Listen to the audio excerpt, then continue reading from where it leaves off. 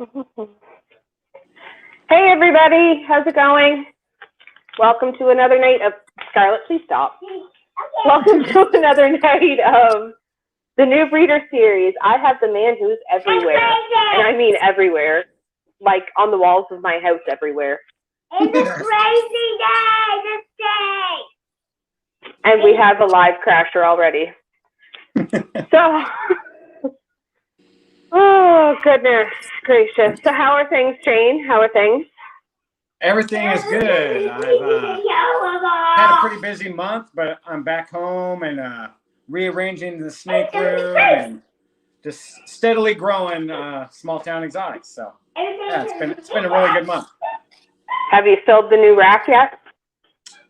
Well, I mean, technically yes and no. So I have like somewhere between 20 and 30 holdbacks, and there's 40 slots in that rack. So I mean, yeah, I do have a few open slots, but not many. I mean, I like to build my infrastructure ahead of time, so I'm not scrambling at the last minute. So.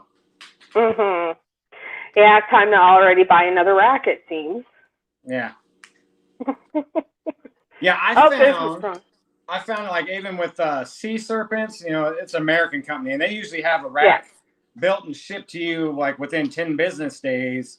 And they're from Florida, and they would get it to California in 10 business days. But because of the way COVID stuff is, it even took them a long time to get hatchling racks to me because there was a shortage on heat tape. So I just want to, I want to make sure I have plenty of rack space way ahead of time. Yeah, we're kind of starting to try to build ahead now before we even have like hatchlings. Yeah. Because in Canada, there's not many options for racks. You're paying through the nose, and if you want to import, you're paying like the price of like 2 of them. Yeah. For one. So I'm like, no, the little guys around here, we build our own. Yeah. So hold on real quick. Yep. So anybody doesn't know, this is Shane Smalltown Xotics. Good luck keeping him still for some time. Well, I have a bunch of stuff like humidifiers and fans set on auto, and I forgot to turn one of them off, so it fired up. That's okay. We don't need to hear me. We don't need to hear me. Oh, there's Ron. Ron with BBM Reptiles. Hey, Ron. He was on last week. Yeah, I caught a little bit of that. I need to go back now that I'm home. I need to go back and watch all the stuff I missed. I did a lot while you were out on the road, so it's like it would take you a good day to watch. Well, that's fine. That's fine. I got way behind on content, man. You don't realize. Well, I didn't realize how much stuff I'm steadily watching every day, or you know, whatever it is, like on a consistent basis. And then when I was away from home for all those weeks, I wasn't watching that much of it, and it gets backed up real quick. Oh, absolutely, especially like with the group that we're in. Yeah. Like everybody's pulling out videos left, right, and center. I'm like, I don't have enough time. Yeah. To watch everybody. I try to watch everybody as best as I can. Yeah, it's hard. It's hard to keep up. That's another full-time job. So. Oh, pretty much. Like I'm a stay-at-home mom, and I swear that like the computer's always going. Yeah. All right, let's start. So why ball pythons, Shane?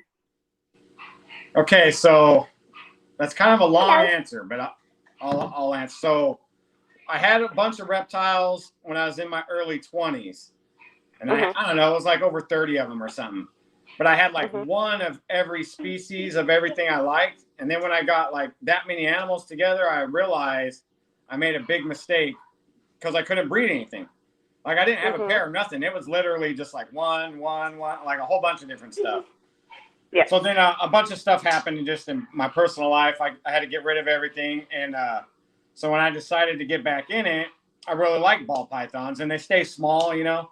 I had berms and boas and stuff before, and they're big, you know. So I wanted something smaller, but that could still be a little impressive, you know, if you want to call ball pythons impressive. But I mean, I think they are. Yeah, I mean, I got a few big females that would impress anyone, but yeah. So when I started getting back in, I just bought one, and then I bought a boy for her like a month later. And then I was listening to a lot of Snakes and the Fat Man and Ball Shit podcast. And I knew there was this whole other world out there. And then my kids showed me YouTube.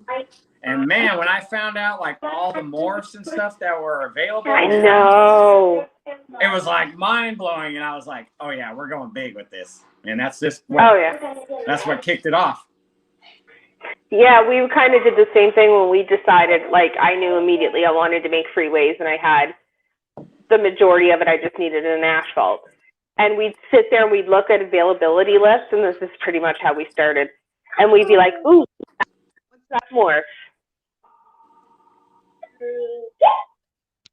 So, I got a phone call. Did I black out? Yeah, just for a second. Okay, hold on here a second. Technical difficulties. Let's see here. We go back. There we go. Somebody decided to call me at that exact second. That sucks. Call your mother.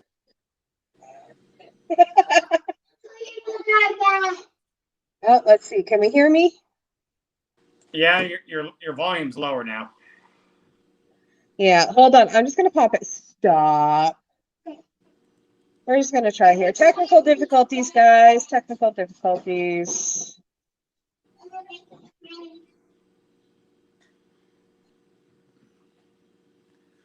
So anyways, I'm taking over the show now. This is the new breeder series. My name's Shane, Smalltown Xotics. I'm new to breeding. I'm about a year and a half in. I've just completed my first season, but I don't even know if it really stopped because I'm still having clutches. It's just a continuously long egg laying extravaganza around here. Woo! There we go. And there I told her and I'm back. I told her I was working too.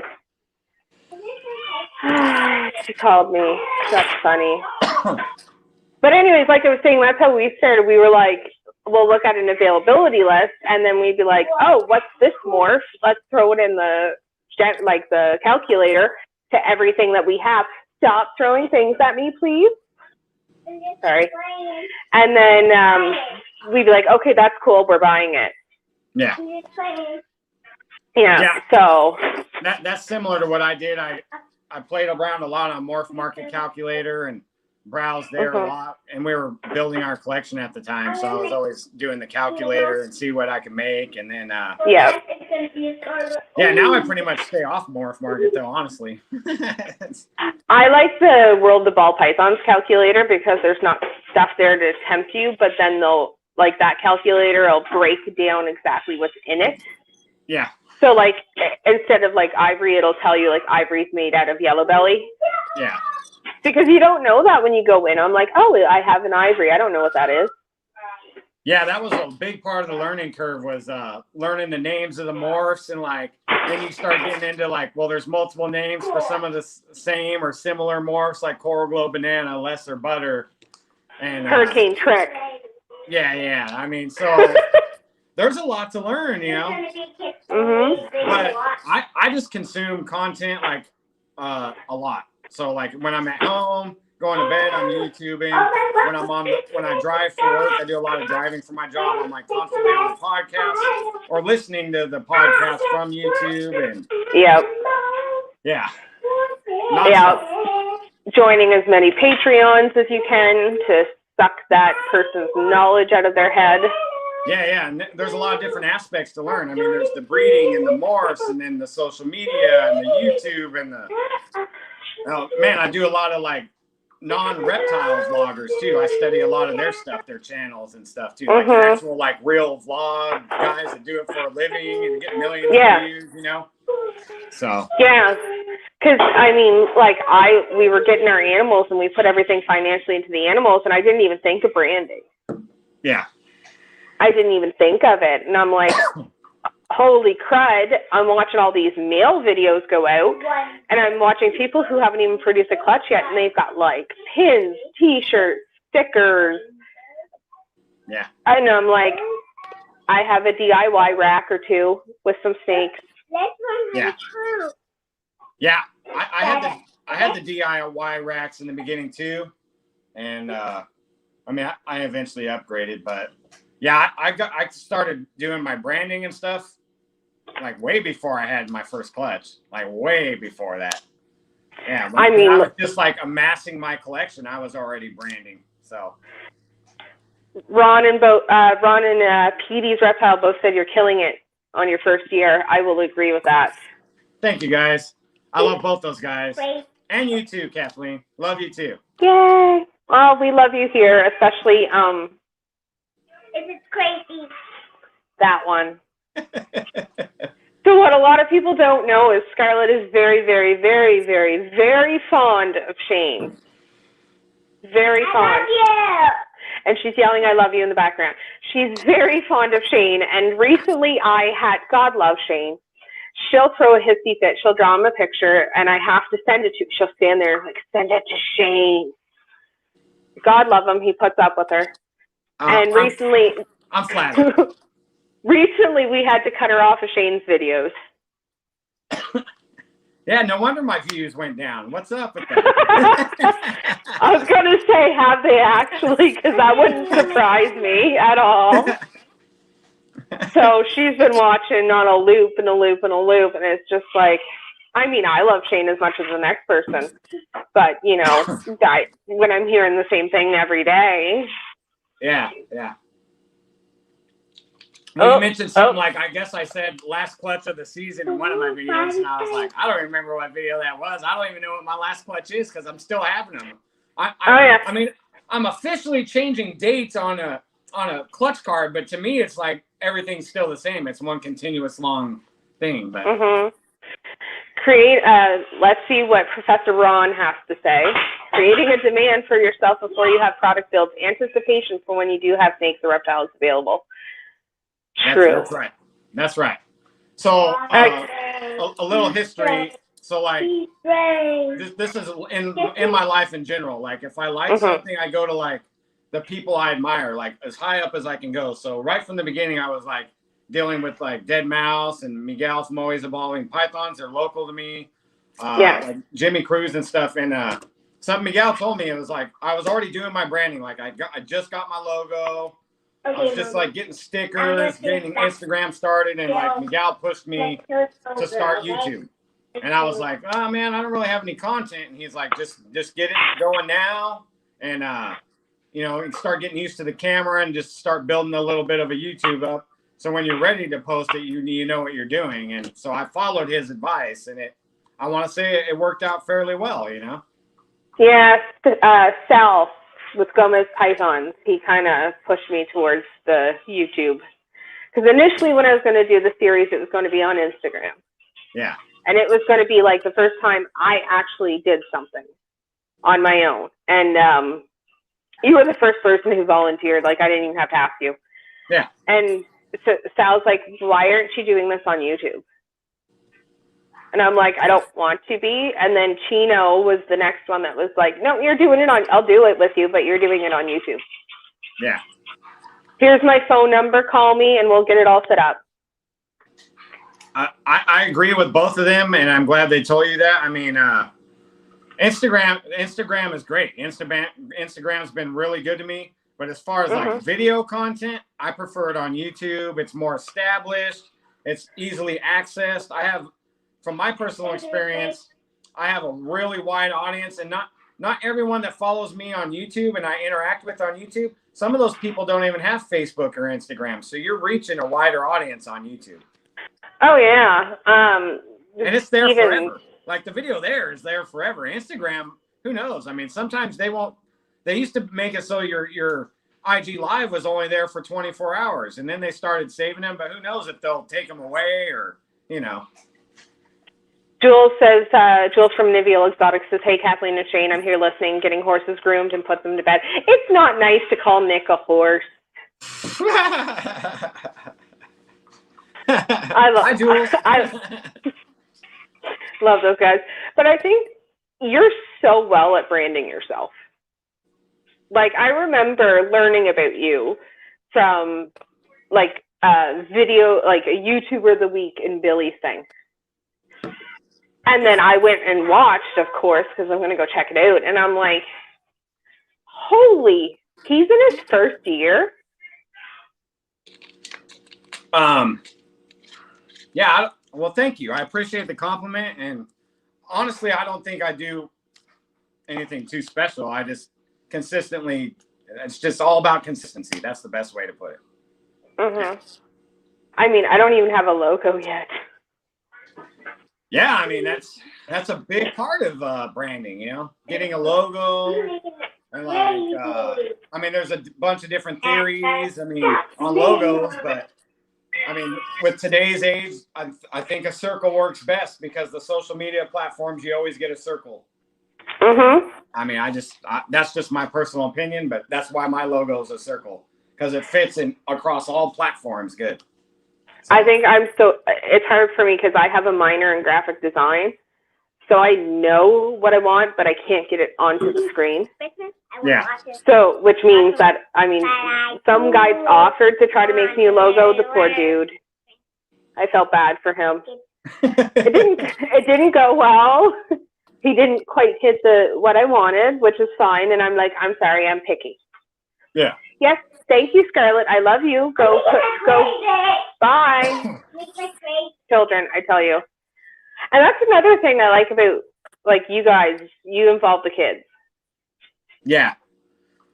Well, can I elaborate on that a little bit? Yep. So elaborate always.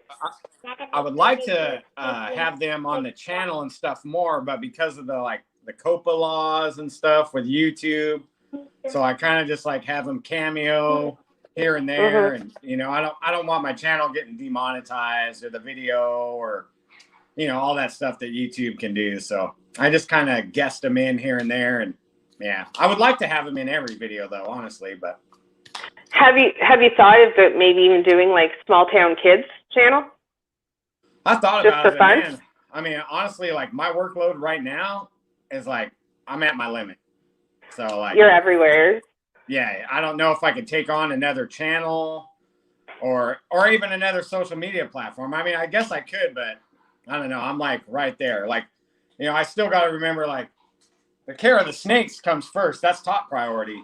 And then with all the time in between, job, family, all this stuff, then I'm trying to mix in all the social media. Yeah, so I mean, it's rough. I mean, maybe one day my wife or I can hire an assistant.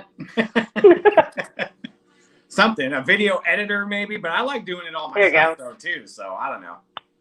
Yeah, I mean, I kind of it's me and John, and luckily we're both into it, which is great. But I'm the one putting myself out there. He doesn't want to be on camera. He doesn't want to do the advertising, which I'm thank God I got into it because you'd be screwed, buddy. Yeah, I mean, that's Mrs. Smalltown, too. She doesn't like being on camera. That's been a work in progress. Slowly easing her into it, having her be the camera woman so she could see what's going on and then, cut some clutches. And, she doesn't like being on the camera. Or she doesn't even like it when I post her on Instagram stories, so. And I'm like, those go away in 24 hours. It's not that big of a deal, No, but you are seriously everywhere. Man, I'm just yeah, I'm not surprised he's here. I'm not surprised he's there. How do you keep that up? I don't know. Just determination, I guess. I mean, it's just, I treat it, in my mind, it's another job. So I'm always I take care of what has to be taken care of in my normal life. But, you get 5 minutes here or 10 minutes there, then I spend that on doing that. I'm just checking in everywhere and just trying to be everywhere. Yeah. On YouTube, you got to interact. It's more. It takes more than just watching someone's video. Leave a comment, share the ones you like. But then when you're commenting, the person whose channel it is, they're seeing that, and then they start interacting back, and then that leads to YouTube collabs, and that gets a wider audience, and it's just it's like a chain reaction of events that keeps happening.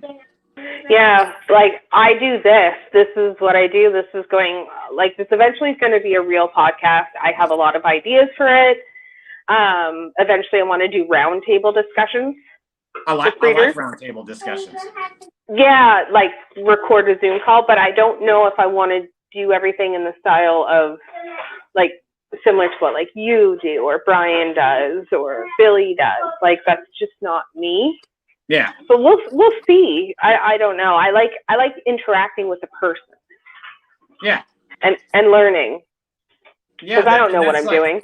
That's a big part of like learning. So like when I started my YouTube channel, like I made a whole bunch of bad videos and I like learned what videos I like to make and what videos I present better.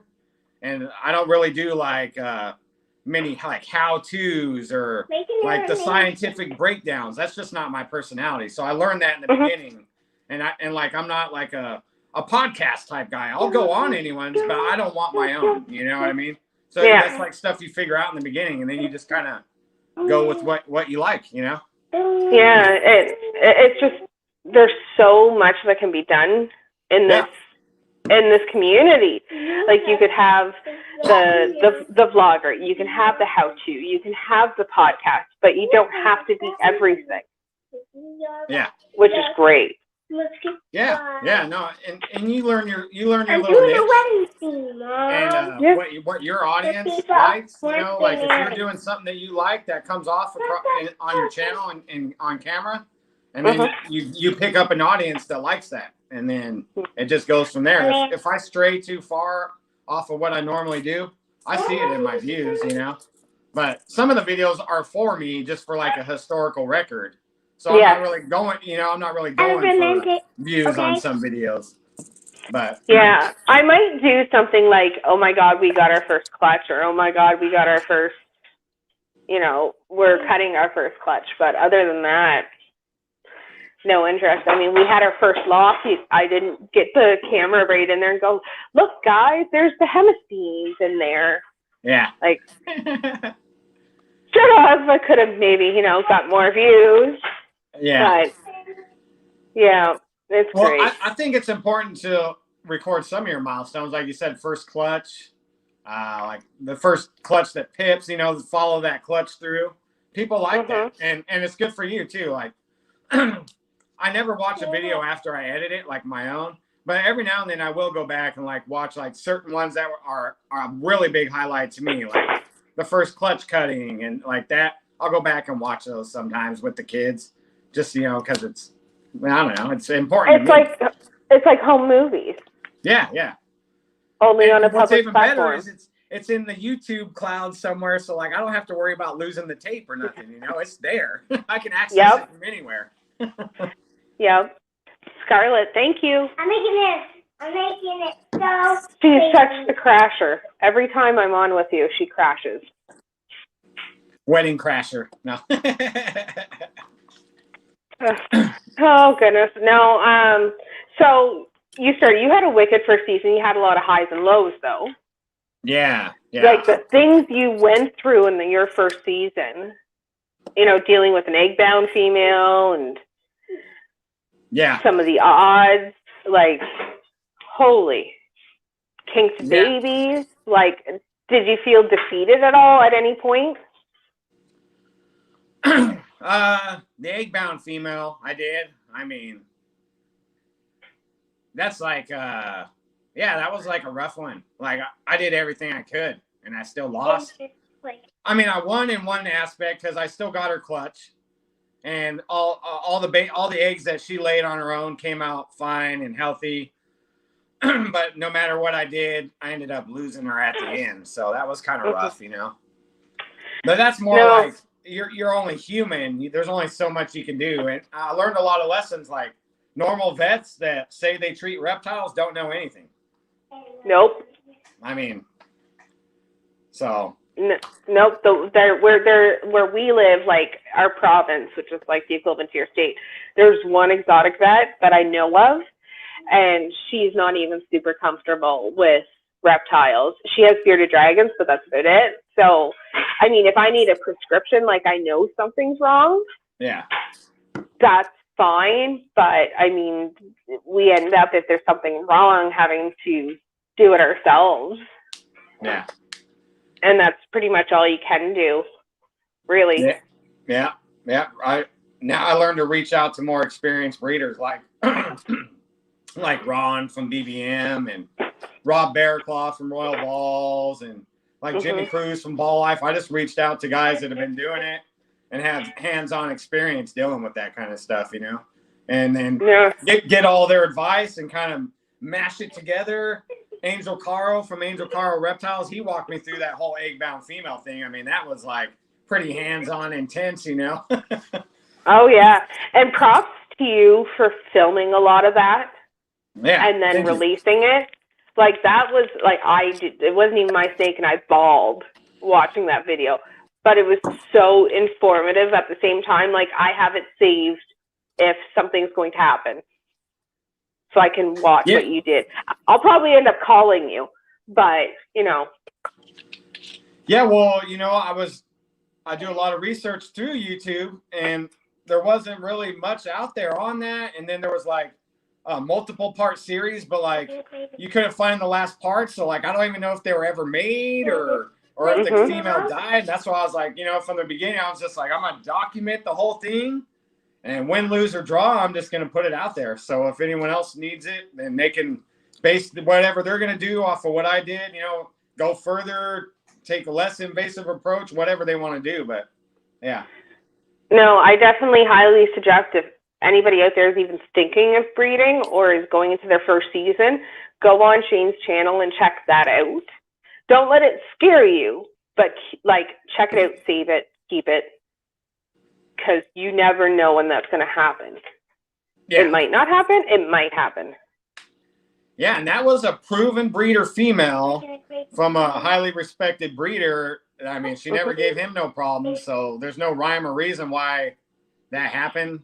I mean, I don't know. You could sit here and play what ifs forever, but I mean, there was no rhyme or reason. She was an experienced, proven breeder. So yeah, and I think I'm so nervous, like going into my first season.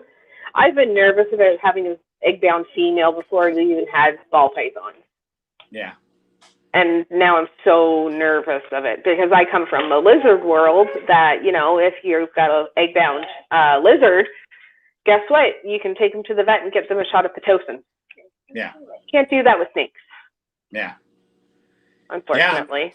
Yeah, I mean, it was it's an experience, but I mean, that's stuff that'll happen in the wild too, you know, and in the wild, I mean, they're going to sit there and if they don't eventually pass it out, they'll die. So, I mean, that's just the hard and cold facts of life. So, I mean, you can wait it out. I know some people have waited it out, and like the female passed an egg like 7 weeks later on her own, and or you could sit there and maybe it'll adhere to the uteral lining more, and you know it'll get worse. So, and there's choices. Like, I think a lot of people going into this, especially new breeders, we want to think everything's going to be fine and dandy, and we don't know better, and then poof, can sometimes hit the fan.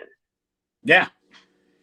Yeah, that's part of, so on YouTube, a majority of the content you're going to see is going to be like everyone winning.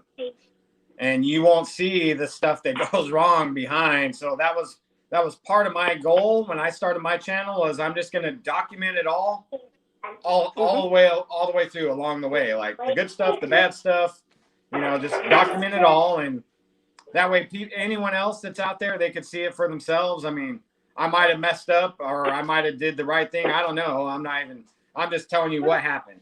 So then that way you can be aware before anyone else that's watching gets that far into it. You know, there is bad things that can happen, like deformed babies. I had one of those. I mean, the rest of the clutch was fine. So it wasn't an incubation issue, in my opinion. It was just something that happens. I mean, that happens to humans in the real world too. I mean, it is what it is.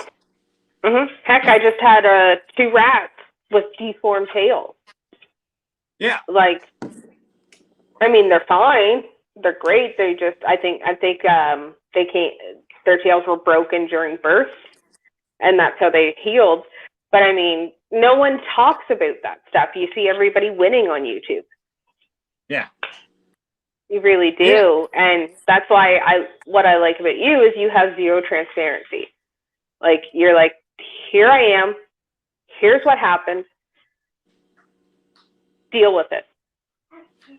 Yeah. I mean, it worked. I know before I put some videos out, other people told me like, "Oh, you might catch a lot of heat," and I was just like, "Whatever." No.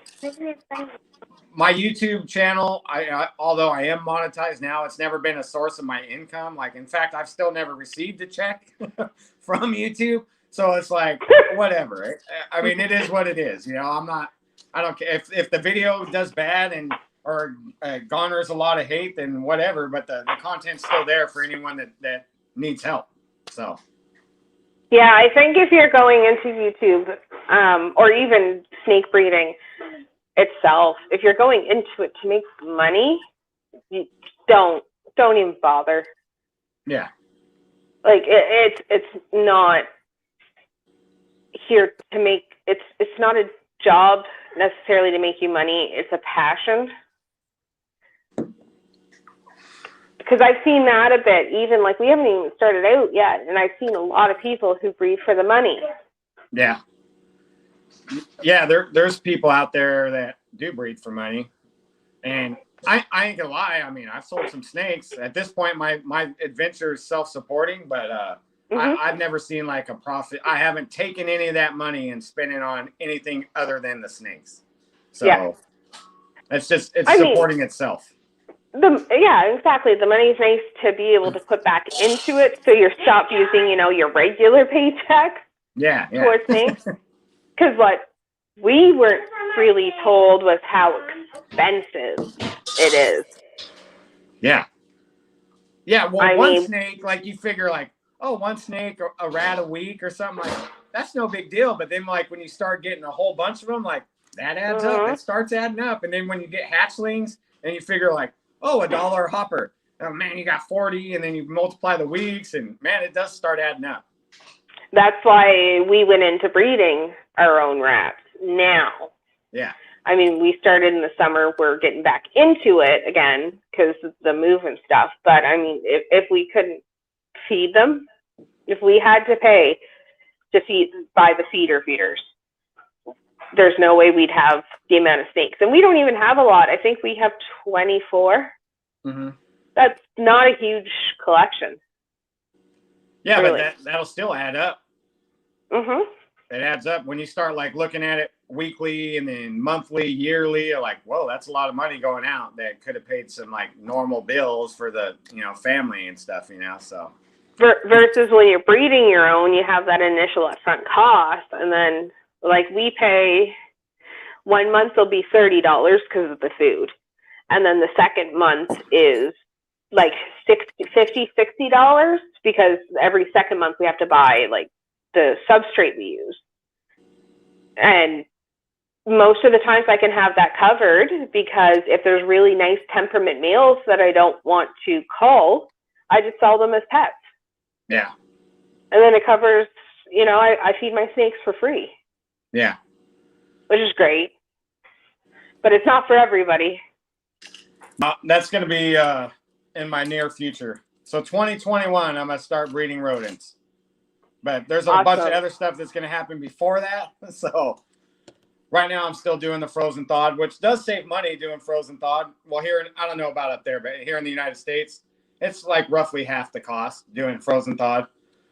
But I still have my holdouts I got probably a dozen or so snakes that will not eat frozen thawed no matter which way I try to give it to them. And I have to buy live. And being at the mercy of local rodent breeders really sucks because there's shortages sometimes. And I don't like relying on other people for anything. And like outside of the reptile industry too, like I don't like relying on anybody. So, I mean, it drives me crazy. Like when they say, oh yeah, I don't have, hoppers, or I don't have, medium rats or whatever. I'm like, oh, it drives me crazy. It sometimes it's not as bad as if it's someone who's on smaller mediums. But I mean, because they can skip a few meals, it's not as bad. But when can't find the fuzzies or the pups, it's like, oh my God. Yeah. So rat breeding. Thank God we do it. So far though, I've never had a shortage in the frozen thawed world. If one supplier doesn't have it, there's another supplier that does. And I've gotten really good at starting hatchlings straight off on frozen thawed. So, like where I live in Canada, it's up by that state that you don't know exists, Maine. Oh, the lobster state? Yeah. So we're kind of away from the rest of Canada. So we have a lovely couple. They're a feeder company. God love them. And they're in one province. And they'll take 1 day a month. And they'll drive through each province here in the Maritimes and deliver feeders. God love them. They're fantastic. They're great. Yeah. But, I mean, you have something that needs live. You're only going to have live like that day. They come once a month. So, you know, it sucks. And when they have shortages, you know, there could be months where the rats aren't breeding. It was too cold. It was too hot. There was just more demand than normal, especially during COVID because everybody's buying reptiles. If they're out, you're kind of SOL. Oh, yeah. Yeah, I know. Like you said, the big girls, they could skip a week or two, or they could eat something smaller. You know, that's not too big of an issue. But like when it gets down to hoppers and pups and stuff, I'm like, man, I really need these, you know. But I put a lot of effort into doing the frozen thawed with the hatchlings, and like I said, I've got that down pretty good. But I'm not 100% on it. There's always one or two that have to have alive, you know. Once you get your stuff done that you're getting done and then get into rat breeding, this is going to sound weird, try a frozen thawed of something you produce after they've been eating the live you produce. Okay. Because it'll be scented or whatever the same? Yeah. We had the asphalt I got from Billy, actually. She wouldn't eat for me for months. Nothing. We ended up having not to do assisted feeds. We had to do force. Sit there, put the pink in, and just massage it down, which was a great learning experience, by the way. Yeah. Not. We did that twice, got her onto live fuzzies, and then from there we were able to slowly get her to pre-kill, and then now frozen thawed, but it only is rats that we've produced. Yeah, I know ball pythons are picky, and I know there's times where, like, if I have to get rodents from a different local source, live ones, some of my snakes won't eat them. They only like the one from the other breeder. So I'm like, well, you know, it's their loss. I mean, I offer. If not, I got garbage disposal girls too that'll take down anything. So they'll just. Oh my God. You know? I have a few of those that are like, okay, you're feeding them today. You fed me yesterday. They won't take their rat. I'll eat it. And I'm like, no. Oh yeah. But we have a few like that, especially our big girls that are building right now or are pairing. Like, it hasn't affected their appetite. They're still slamming. Yeah.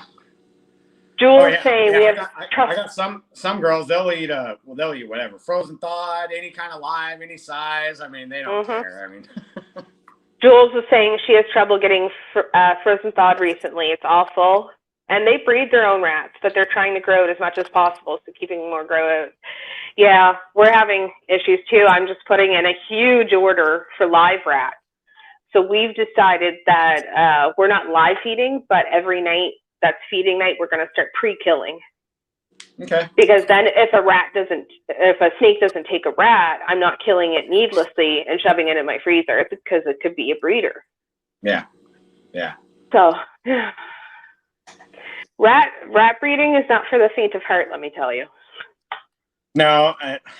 So my wife went to one of my buddy's house here, local, Petals and Scales, and like seen them.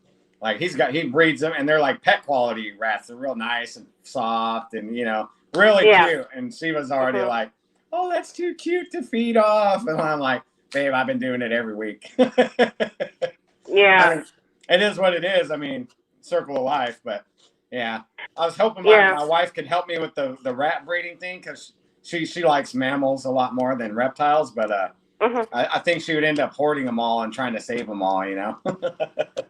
I think she would end up breeding the way I do, where I breed for colors, coats, temperament. I don't breed in racks. I breed in cages. I have nothing against people who breed in racks. I just personally don't. We breed in the big rat cages and have big colonies. Yeah. And it works really well for us. And we treat all our breeders like pets. Treats, toys, you name it, they get it. You know, they're fantastic. But then I feel less bad of it offering their children. Yeah. And I keep cute ones. You know, there's some that are not cute. I don't feel bad about culling the bad, nasty ones. Yeah, I think that would be a cool little, like, another breeding project for me and the wife. You know, like, I want all gray and white ones, or, you know what I mean? Like, breed them in that direction or whatever it is, you know. But I really like the gray and white looking ones. I mean, they look cool, you know, but. That's what I do, because there's actually, it can be het for stuff. There's a lot of recessive and dominant genes in rats. So I know. This is a ball python talk, and we're talking about rats. Yeah, that's goodness gracious. That's all right.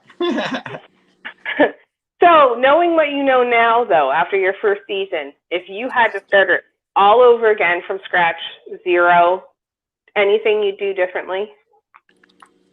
Yeah, so I bought some female snakes with the intent to make hets with them. I would have bought those females that were already hets. That would have been the biggest time saver for me, honestly. So I mean, I got some codom girls, and every direction I'm going has to do with recessives. So I would have skipped that whole making my hets, if possible. You know, I would have bought females that were already het or visual. I mean, preferably visual, but yeah. That's probably the biggest thing.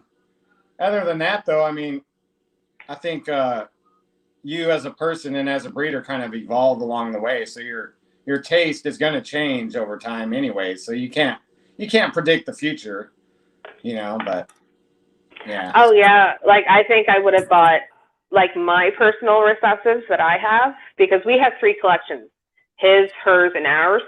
Yeah. So our collection that we share is all males. So we're not fighting over snakes. You know, like, give me the pied, then we can share it. But I think if all my personal recessives, I wish I had got them in female instead of male. Yeah. But I'm thinking, oh, crud, I need to, you know, invest in this, and they're expensive in the beginning. I'm going to buy a male and make hets. I should have got the female and made the hets that way. Oh, that's another thing I learned. Don't short yourself on males. Like, I'm still super female heavy. But man, like, I barely skated through this first year, honestly. Like, I had males that wouldn't lock up for nothing.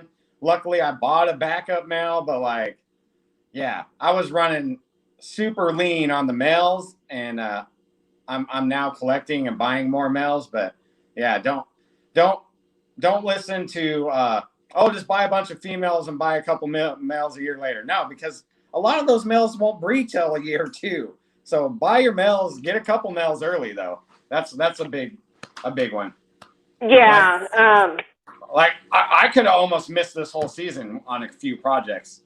So I got lucky. But the male I wanted to breed was not breeding my clown project this year. So let's just put it that way. But now he's locking up. So. Yeah. What was I going to say? We're kind of like 60% females and 40% males, which, I mean, this season it was hard because everything we thought was our ready to go males, a bunch of them turned out to be females. Yeah. Which is great in the long run, but this year kind of like, what am I pairing to what now? Yeah. So plan for backups. Yes, definitely have backups. And other options. So if you have a certain project in mind, have a plan B and a plan C with that female too, because she might not accept that male, you know. That happened to me too. So I did have some plan Bs, and yeah. Don't short yourself on the males though. That's for sure. We did a weird thing the other day and got something to lock that's never locked before. We stuck the female, this sounds weird, in a different male's bin, like I was about to clean the male's bin. And I'm like, oh, okay, night, love you. Bedtime for the kids.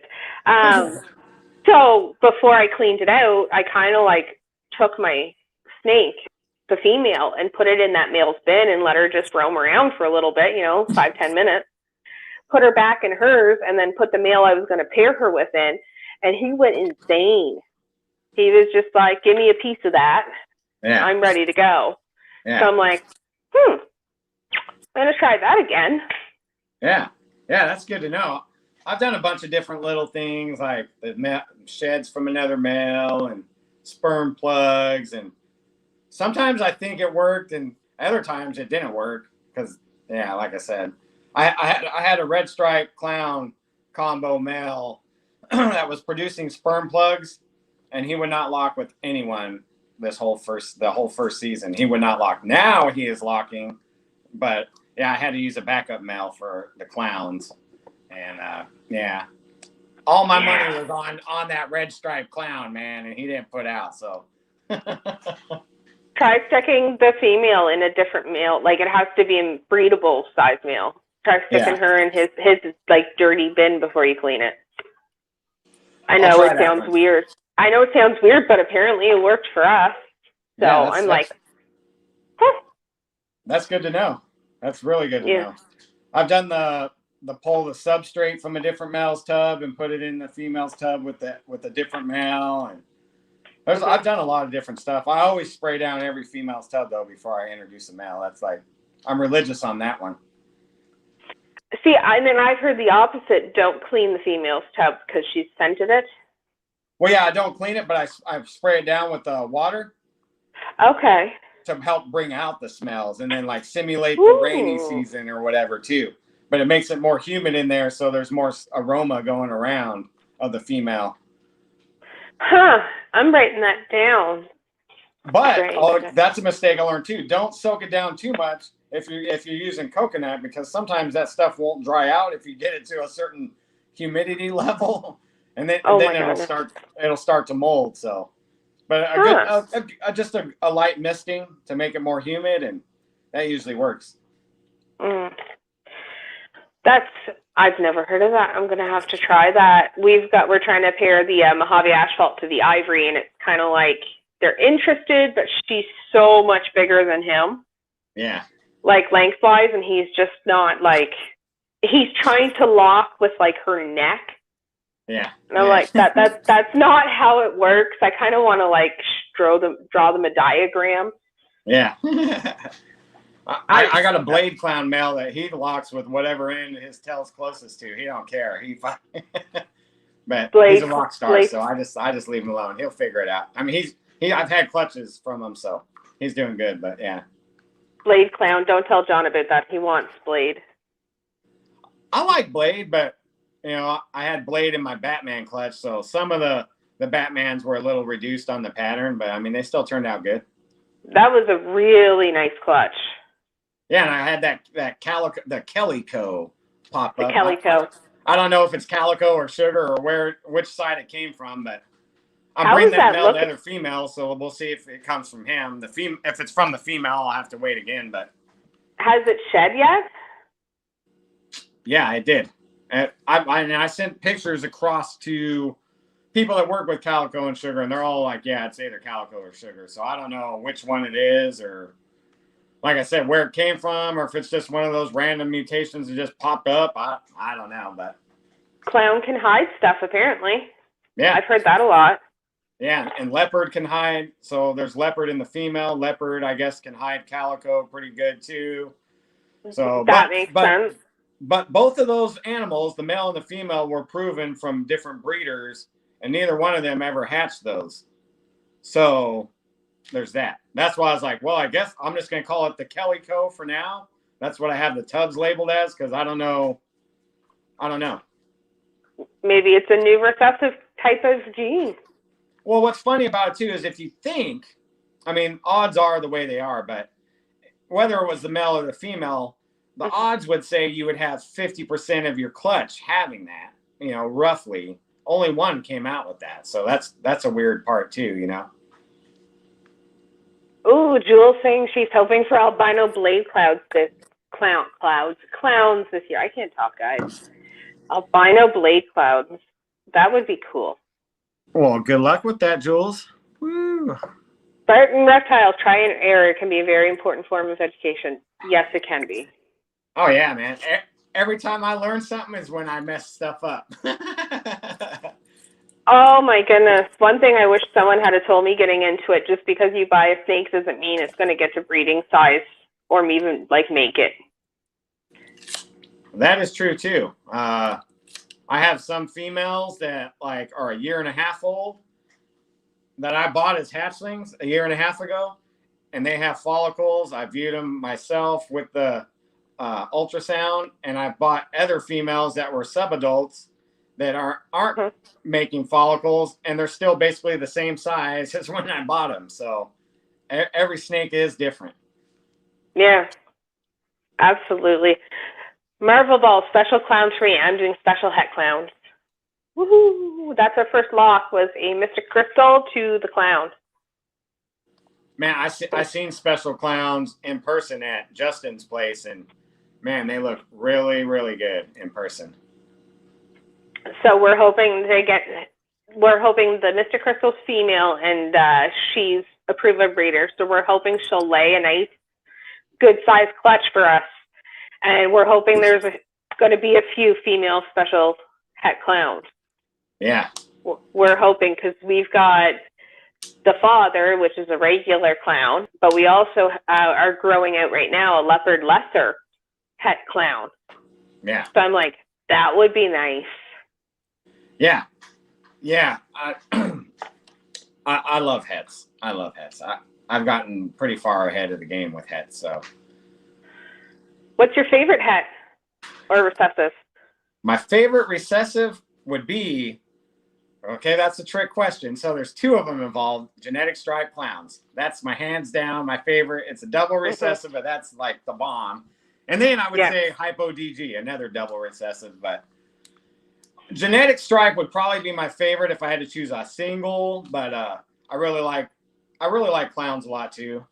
So, and pieds. Pieds are a classic, you know. Unpopular opinion. I'm not that into pieds. I mean, you're kind of limited what you can do with it, but I mean, as far as like a snake that brings new people into the hobby, pieds are one of them. It's pieds. Yeah. Yeah. Well, I have diagnosed OCD, and for some reason, pieds, like, they hurt my head because it's not visually pleasing. Yeah. But lightning pieds, I love them because it's all the same. Like, it's grayscale, white, gray, black, da da da da. Dreamsicle babies, like hatchlings, they do not hurt my head because it's white and orange with white pied. Everything else hurts me. Like, we've got the male pied het lab, and I just look at him and I'm like, nope. Nope. I have to say Hypo is another favorite too. Yeah, Hypo, I mean, like I said, Hypo DG. Hypo's definitely undervalued. And Hypo DGs, that's another one I got to see live in person at Justin's. Ooh. Fire Hypo DG. And that's like the best adult looking snake I've ever seen.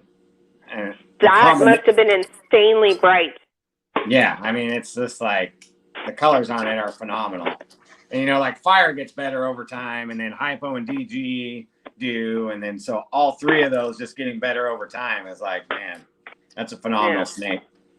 But even like the het influence, is he going to let me pick him up?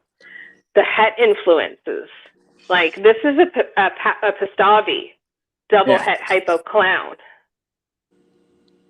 And like he's insane. Yeah, I think hets do play a big part in stuff. Like Hypo, you could tell. I think the one that's hard to tell with hets is clown, though. I don't see like a. Some of the het clowns are brighter, but there's not like a Hypo kind of looks like a mild Hypo, and then like pieds you get the tracks and. But that's a phenomenal looking snake. He's insanely bright. Like, I wish it would appear on camera. Not at my face, please and thank you. I got him off of basically Craigslist for a rehome for $100. Yeah, that's a good score. No, it was some girl who was rehoming him. And she told me who the breeder was, and I knew who the breeder was, and I messaged him, and I was like, hey, what was the pairing? Did you sell the snake to her? And he was like, yep. Confirmed the het. And I was like, score. And then I went and picked him up for $100. Yeah, that's good. That's a good score. That's a good one. Yeah, I was very happy with that. And he wasn't eating for her. He ate that night for me. Yeah, that's cool. But see, you did that the right way, though, too. Like, you did a little research. There was a little bit of research involved there. You verified things. And you got a good deal, and that's a phenomenal-looking snake. So I'm not saying that that's not het, but if it did not prove out het, you still got a great-looking snake for a great price. Yeah. But you did your research, so everything should be good. Yeah. That's my little Partha baby. The hypo? Yeah. Oh. Woo! She's not happy. But, yeah. StreamYard kills me how everything's reversed. No, she tries to kill me every day. She's still in that I'm a big scary ball python mode. I like them snappy ones, the nippy ones. She eats well. Yeah. They usually do. It just takes time. No, we're hoping even Disco Infernos, which aren't pieds, but look like them. I have not seen a Disco Inferno. Oh, they're great. I plan on making some Disco Inferno combos here. It would probably be 2022. Yeah. I'm waiting for the Disco babies to get bigger, but. Yeah. Like Cypress Disco Infernos and stuff like that. We have a question. Kathleen and Shane. Would you say it's sometimes worth getting those Craigslist snakes? In my case, it went well because she was able to tell me who the breeder was, show me pictures. I was able to contact said breeder and said, hey, did you sell a snake to so-and-so? And confirm when it hatched, what the pairing was, everything. So, I mean, to me, it was worth it. Yeah. So, I don't know. Have you ever done that? Yeah, I got my Russo girl, the one that laid my very first clutch. I got her off Craigslist. And then I actually got 2 het puzzles off of Craigslist. But again, it was similar to like what you did. I seen those puzzles, those het puzzles on Morph Market. And then I went on Craigslist and I was just looking around and I found them and it was the same picture. So I contacted the guy. At first I was like, did this guy steal the pictures from Morph Market or whatever? But it was the same guy, but he was advertising on Craigslist for cheaper than what he had him on Morph Market. So I took the offer off Craigslist and then went and met him and did my research. I mean, he was a reputable breeder. So in that case, it worked out good for me. But I mean, there's a lot of, I mean, you could waste a lot of time surfing Craigslist, you know? You can waste a lot of time. You don't know what you're getting when it's coming from someone's home. Yeah. I mean, it's hard to say. If you have the space to quarantine it properly and you can verify where it came from, you know, then maybe. Yeah. But I kind of think that's up to the person. I mean, I've gotten that Gustavi double head hypo clown. I wouldn't have paid $100 for it from a breeder. No. Not at all.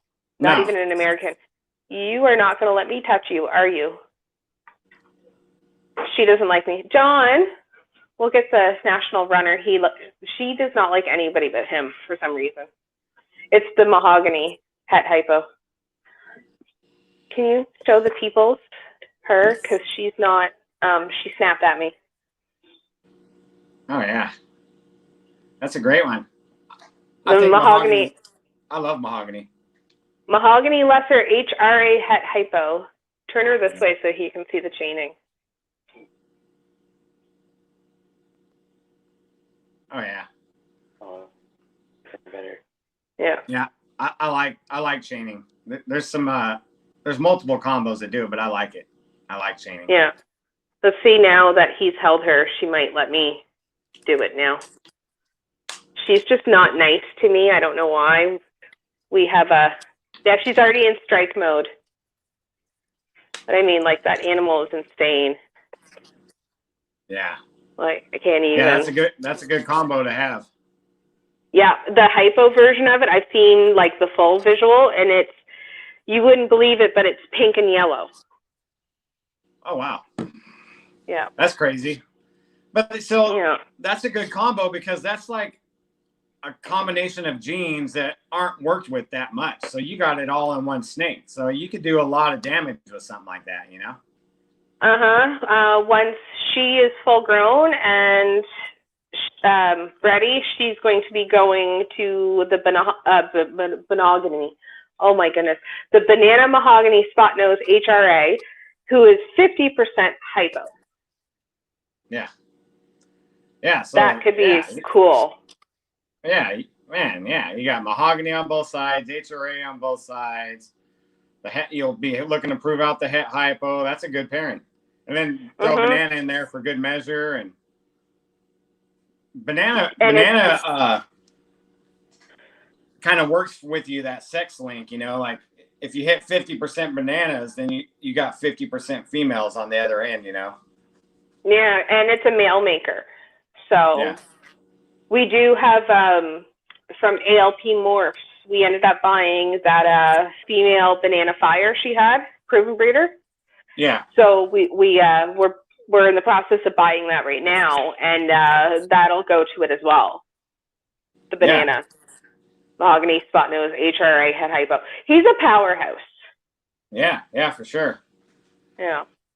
One thing I wanted to ask you, because you're really good at it, and I know a lot of new people, like you just started out too, and a lot of new people, it's something I struggle with, a lot of newer people struggle with it. So when you're getting into the community, like sometimes it can be so intimidating. Mm-hmm. Like, how are you able to, start messaging? Like you said, Miguel's huge in the community. Were you like nervous? Like, did you just suck it up and do it? Like, these big guys can be intimidating sometimes to, people. You just got to put yourself out there. And I'm not saying like go bug everyone, but I'm just saying like I purchased snakes from these people, and then instead of like getting them shipped or whatever, I'd be like, no, I can meet you if that's better, like so then that way you meet them face to face and start developing a relationship. And it's just like with business anywhere. I mean, if you're just like don't get me wrong, sometimes you have to get snakes shipped. I mean, if you want certain stuff, but I mean, if you could do it local and meet somebody face to face, eye to eye, and start developing a relationship, and then you continuously buy from them, and it just opens up doors to other stuff. But as far as being intimidated, I mean, I'm not intimidated by like Miguel or Dead Mouse or any of those guys. But I mean, I'm naturally a private person, so reaching out to people wasn't my first nature. So I've had to overcome a lot of those obstacles. YouTube has helped me a lot with that. So I mean, if the priority is to get your name out there and like start getting known, like you just got to overcome that stuff. Chino popped in. Hi, Chino. Chino. He's got a live coming up soon. Now, like it's funny because reptiles. We love Chino. We really do. Like for me, I'm still shocked. Like Billy knows who I am. He knows my name. He knows Melusine Xotics. I've had a conversation or two with him. He has offered to come on here, and I am so like, why would you waste your time over here that I haven't taken him up on the offer? Like, he said it in 2 different podcasts, but I just can't, like, message him and be like, yeah, sure, come on. So, like, that's something I have to work with, and I have no confidence yet. So we're getting there, guys. We're getting there. Yeah, but, like, there's, like, guys like Billy. Billy's a great example. He likes to communicate and be part of the community, even though he's way up there. And that's a good guy. I mean, Billy's phenomenal. And he likes to give back to the community. He gives shout outs and stuff. And he's willing to, like, go on lives with people that, you know, don't have a big following and stuff. So that's a perfect guy for you to have on your show. Yeah. Maybe we'll see. We'll see if Kathleen can. I just feel like I'm bothering him. Like, honestly, he's got the facility going and all that stuff. I just feel like I'm bothering him. I mean, gosh, even messaging Chino, for example, I never had a conversation with the man. And I'm just like, hey, would you like to come on this show I'm doing? Because he's in the Mentor series. He's on tomorrow night, I believe. Yeah. And he's just like, sure. I messaged Ron, and you know I watch you and Ron weekly basis. And even Ron was like, I was nervous. And Ron was like, yes, I will come on. Yeah. So we're getting there. We're getting there. Well, it's 1:06. I know you don't like sitting too long. I'm going to see if anybody else has any more questions for Shane. This is the time to do it, people. He doesn't sit down. Ask away. He doesn't do sit down lives a lot, so we've got him. You see me fidgeting. I know you can only do about an hour before you're ready to get up and go. I have squirrel syndrome, man. I can't sit still too long. Yeah, if it wasn't for I have my feet propped up and everything and stuff here, I keep fiddling with the snakes right now. And, of course, they're all the ones that hate me. So, you know, I'd be fiddling too. Legacy Morphs. Legacy Morphs, that's how I feel about coming on. Like, what the fuck demonetized, would you want me on? I haven't done anything. That's the whole point of this series, this new breeder series. I've had people, I've never produced a clutch yet. What right do I have to have a channel?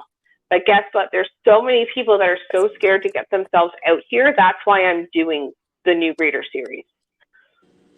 Yeah, and you know, that's a good learning experience for you by bringing people on that are a little bit ahead of you or even a lot further ahead of you, and it gets your name out there and people know who you are. And then, I mean, it just helps you all the way around. I kind of felt similar. Like when I told you a little story about Miguel. He's like, no, start working your YouTube channel now, you know, and I did it. And yeah, I mean, it's just, I've literally gotten messages that were, who do you think you are? You have never bred yet. Why do you do this? And I'm like, I sit there and start with, I know nothing. I'm going to talk to people who either also don't know nothing or know lots and ask the questions. Because how am I going to learn? But see, coming from your point of view, you'll ask questions that are helpful to a lot of people out there that are just barely getting in and barely starting. Whereas people that have a lot of experience, they don't even think of that stuff anymore because it's, you know, so that it's good to have an outside set of eyes or point of view from your perspective to ask the questions that, like, people, you know, the little questions like what temps and, you know, what's your humidity and all that stuff too, you know? Yeah, and even with that, there's so many different ways to do it. The way you keep your snake room is so different from the way I keep my snake room. We were just talking about that before we went live. You know, you do the heat mats. I don't. I do ambient temperature. Yeah. But I also have a room that literally when I walk into it, my bun's hitting the ceiling. Yeah. So that's easier for me to do. You've got a room that your bald head is not hitting the ceiling. Yeah. You know. So martial law morphs, oh God, what's your thought on the lace? I think honestly that when martial law morphs makes me some lace het clowns, I'm buying the females. That's what I think about lace there, Marshall. I need to be persuaded. Why don't you send me one and I'll try it out? I actually seen some lace clowns at Justin's, phenomenal. And I think white lace is the way to go. And Marshall has taught me well, treat lace like it's a recessive and aim for the supers, and bam. And I'm all on board with that. And I think Marshall Law Morphs is the man to go to for lace. That's my thoughts on lace. I said if I'm importing lace, if I'm getting lace, I'm importing it from Marshall. Like, I'll suck it up and see. But Marshall, we're going to start this new game. You know, the Ultramel game that you and I enjoy. We're going to start doing that with lace. Inside joke. Do you know the Ultramel game? Well, I know that Zach asks Ultramel everywhere he goes. So there's now a new game. I love Zach. If he's watching, you know I love you. Anytime we do a Zoom or a live together, or we're watching something live together, I start taking a drink whenever Ultramel is mentioned. Oh, yeah. Well, you if go Zach's through around, a beer. you'll be drunk. You'll be drunk if Zach's around. Chris Sexton and Cusco did the live Tuesday, and within 5 minutes I had the beer gone, and I'm like, I'm done. I'm not playing this game anymore. Yeah. I know it. All right. Chaps my butt that Cusco wouldn't move that triple B for me. No. I was on a plane, so I missed that one. Yeah, this Tuesday's going to be good. That's all I'm saying. Yeah. I'll tell you later. Kayla Marble Balls UK, she can get her in contact with Rich to get him on here. I said in my last live with Ron, my goal is, because I had you and Ron, is to get all the 4 horsemen on. Yeah, so that's another thing about social media. You start doing collaborations and stuff, and so Rich was a great one. The whole 4 horsemen crew. So we're all over the world. Big shout out to the 4 horsemen. Go watch all of our videos on Predator BP with Rich, and shameless plug there. But I can help you. I can definitely help you get in touch with Rich, and I'm sure he would be willing to do it. You know, UK time's a little different, so scheduling. But you're closer to UK time than me, so that's so better. Kayla, she's in the UK. I think she's 4 hours ahead of me. But yeah, I want to get all the 4 horsemen on. I mean, I got half of his already. May as well go big. Yeah. Justin Legacy Morris, let me see the ink on them hands, Shane. Oh, the ink? So I got no Guns N' Roses on this side. 2016, I went to the second show of the reunion series that they're not in this lifetime tour. So I got a tattoo to commemorate that. And then that's Kelly, my wife. Not Kelly, my last name. They're spelled different, but that's Kelly, my wife. So Kelly. Let's see. Rebecca, I'm not even going to try to butcher your last name. How long did it take you, Shane, to set up your YouTube the way you felt it would reflect you best? Ooh, that is a good one. Oh, that's still a work in progress. I mean, it's always evolving. No pun intended there with Miguel. But so, man, I want to say the first 10, I was only doing one a week at first. So maybe like the first 10 videos was like just me getting comfortable in front of the camera and learning how to edit and what, my whole style I wanted to do and stuff. So, but I mean, now I got it down to where I personally am comfortable, and I sort of like it. It could be better, but I don't know. So to answer that question in a time frame, probably 5-6 months to get where I started to like my videos a little bit, Yeah. It was a while. All right. Gino, how do I grow such an amazing beard? I'm not doing a live with Ron right now. That's a Ron question. Yeah, you got to ask Ron that. Chino, I would say, I mean, I don't know, man. Your heritage, those guys don't really have beards, brother, so I mean, I can't help you there. Actually, when I went to ask Ron to be on, I was like, my first words to Ron was, has anyone told you how nice your beard looks today? And then I was like, oh, by the way, would you da-da-da-da-da? I went for his ego. Chino wants to know, what cameras do you use for your YouTube videos? I use my phone. I use, not right now, I'm not using them. I use a Canon M50 It's great for beginners. I still use full auto everything. And then I did do an upgrade from the kit lens because it wasn't really wide enough. I went with an 11-22 millimeter lens. It's still compact, but it gives a wide angle. It's not one of those ones that like sticks off the camera a foot. It's still relatively short.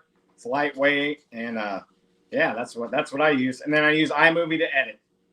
iMovie's totally free on Mac stuff, so. Yeah, I have Windows. But for my lives, all I use right now, I'm working with what I got here. I use my my phone, which is a Hawaii P30 Pro. Yeah. I mean, I can't tell what it looks like afterwards, but it looks pretty fine right now. So that's the thing. YouTube Lives, I think the max you can get out of YouTube Live, any kind of like live stuff, anyways, is 720. So you can use whatever you want. Like. And then, like, back to my camera, like, I have a camera that films 4K. I don't even use a 4K. I use 1080 for all my YouTube videos. 24 frames per second, too. So. No Shave November is horrible for me. Oh, Chino, aren't you supposed to be prepping for your live that's coming up here in, like, an hour? PDs, use motor oil to grow your beard. Oh my goodness. Well, Shane's getting antsy, guys. If I'll give you guys 4 more minutes to ask any more questions because I know there's a delay. And then we'll close it off. I'm going to have Thanksgiving dinner all over again tonight with leftovers. Woo! Yeah. It's my favorite holiday. It's all about food. Oh, that's Christmas up here. Like usually with I don't have much family, so it's John's family. So usually what we do for like Christmas, Thanksgiving, Easter's big up here too, is we do a turkey and a ham. Oh, yeah. With stuffing and like squash and potatoes. And I want Christmas. Yeah, I love the feast type holidays. I'm about to shave my head. I need to do that too. I was lagging. I think I said that at the beginning. I was busy, so I planned on getting done up, but whatever. Yeah. Oh, it is what it is. No, I think definitely, like, if you're going to get into, and I say this every live with the new ones, if you're going to do this, you have to get into the community. Like, you have to work out of your bubble. Because I've learned as I'm getting into the global community, what I thought I knew, I didn't know. Yeah. And I'm one of those people, I'm just as bad as you. I'm everywhere. So here's a good piece of advice.